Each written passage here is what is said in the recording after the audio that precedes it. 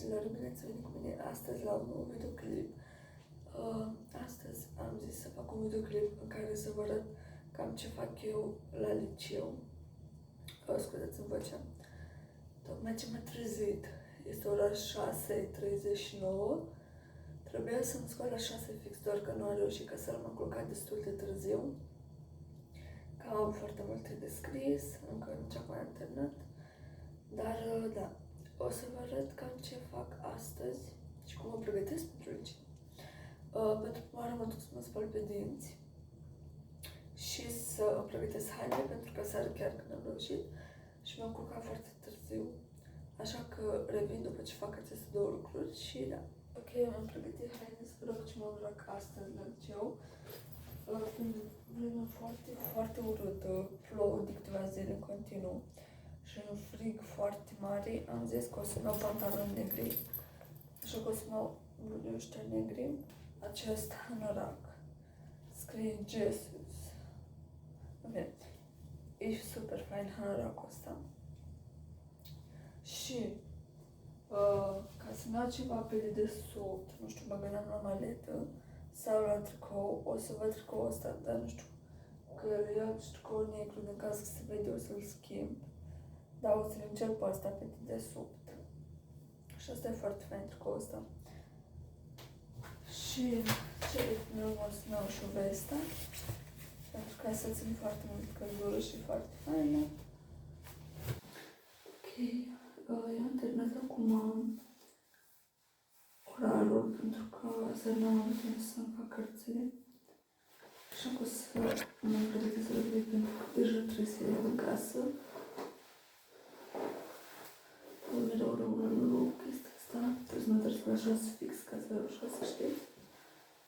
Măcar nu mereu mă fac trezesc la 6 fix.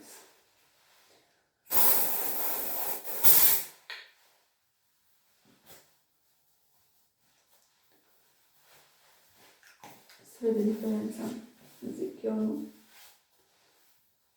Și nu vreau super fain, sincer.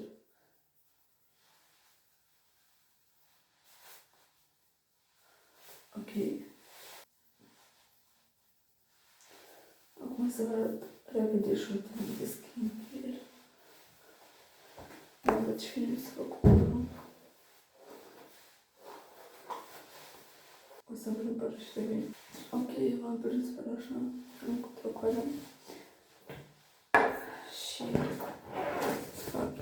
să-mi fac revoluție skincare, că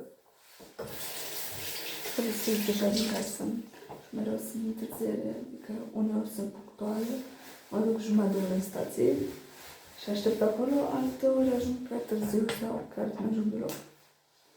Mi s-a întâmplat odată de când am început școala să nu ajung deloc.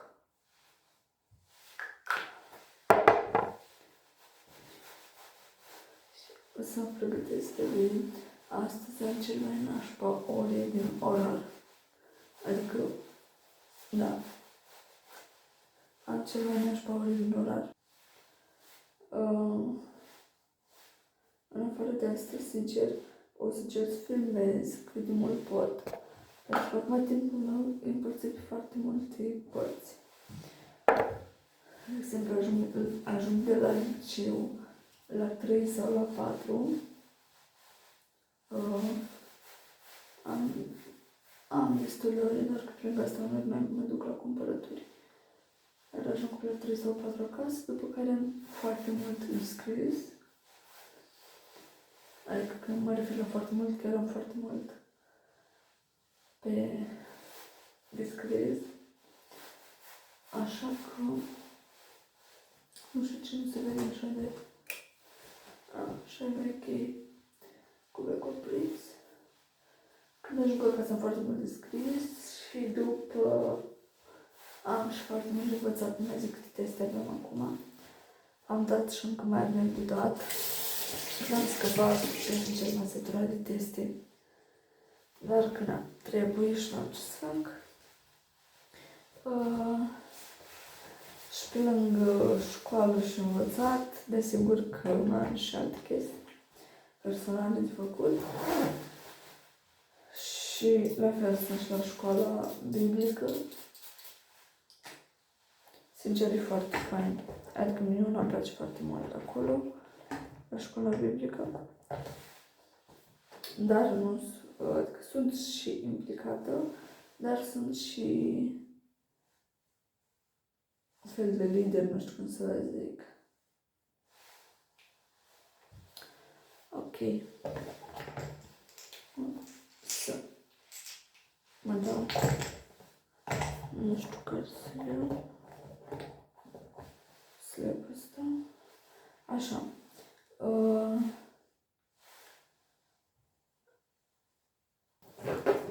Zilele astea trebuie să mă duc acasă la părinții mei și o să mai filmez și de acolo, o să văd. Cam asta a fost rutina mea de skincare, simplă și faină. Așa că la vapor și dacă vă întrebați ce am luat, o să vă arăt pe drum, pentru că mi-am luat o pereche de tenis negri cu albi. Astăzi m-am sortat pe negru cu albi, se pare că, și da, cam atâta. O să mă arăt diozanul și fug, pentru că trebuie să ajung în stație să nu întârzi iar.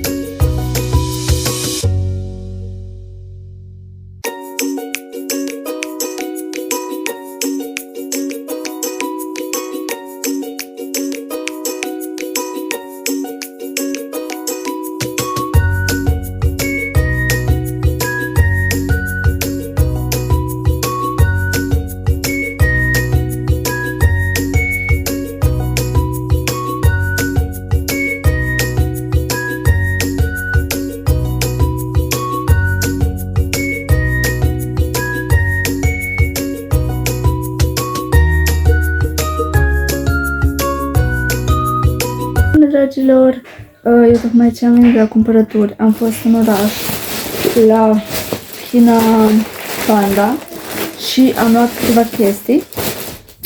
Trebuie să mă duc la părinții mei săptămâna asta care vine și am zis să iau și ceva. Și am luat așa câteva chestii de pescuit. Astea se bag în pământ și aici se pune undița. Am luat 3 din astea pentru că tata îi place. Tata e cu pescuitul și băieții. Am mai luat niște bețișoare chinezești de mâncat.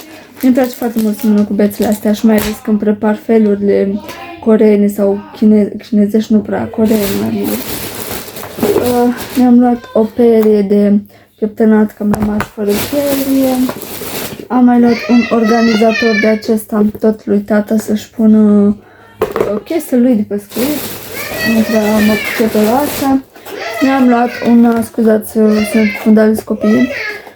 Mi-am luat un din ăsta care găurește foile. Am nevoie. Mi-am mai luat, mi-am luat o fustă pentru duminică la biserică. Trebuie să fac un outfit nou, așa că mi-am luat o fustă. Ea este așa albastră și are de aceste peticele din asta. Este superbă, am probat-o. La talie mi este un pic mare, dar am cureaua pe care și aceasta mi-e mare și o să trebuiască să fac gaură cam pe aici. Deci aici sunt gaură, dar o să trebuiască să fac cam pe aici gaură, pentru că am talia mai mică.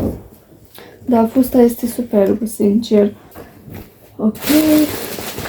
Mi-am mai luat o mască de dormit care are și acest gel pe care ori îl încălzești, ori îl răcești, mai multe pe la congelator. Cumva zicea că elimină și cearcănele. Mi-am mai luat două clănițe din astea micuțe, să-mi prind părul, că nu mai știu sincer cum se numesc. Am mai luat niște porumb fake, porumb de silicon cu mărine la pești, niște tot ață pentru pești, nu știu de cât nu vreau mă pricep la asta, tot ață din aia transparente, niște viermi. Am mai luat o pungă în care n-am găsit sincer altfel, că l-am altfel, doar că asta a fost cam singura care a fost ok. Am mai luat niște din astea și la spate au și, nu mă pricep eu cu peștele, pluti, nu știu cum se zice. Mi-am luat o coroniță, uitați-vă cât de faină arată, chiar vreau să o văd cum îmi stă. Deci are petricele astea și arată super, cred că. Uitați, e cât de drăguț, ca un accesor așa. Deci mi-e foame și n-am apucat să mănânc și acum după ce termin o să mănânc. Niște cârlige de diferite mărimi, niște din astea care când pui, dacă pui apă pe ele, se facă un șervețel de ele, măști de față. Și am mai luat încă niște momeală de pește și m-am mai luat o pensetă. Cam atâta am luat din toate astea. Sincer, sunt foarte puțin, dar știți cât am dat? Am dat 300 de lei. Deci, efectiv, am dat 300 de lei toate chestiile astea care vi le-am arătat eu acum. În fine, mie nu-mi pare rău, pentru că știu că o să bucurești tatăl meu când o să vadă că am luat chestii pentru pește, deoarece lui plac enorm pești. Adică dacă s-ar duce aș sta toată ziua la pescuit, numai de dragul ăsta. Și da, eu acum o să mă duc să mănânc.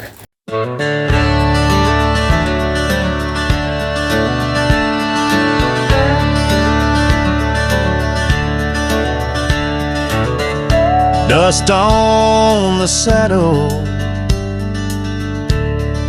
boots worn thin, riding through the plains where dreams begin. The sun sinking low paints the sky in gold. Cowboy's heart carries stories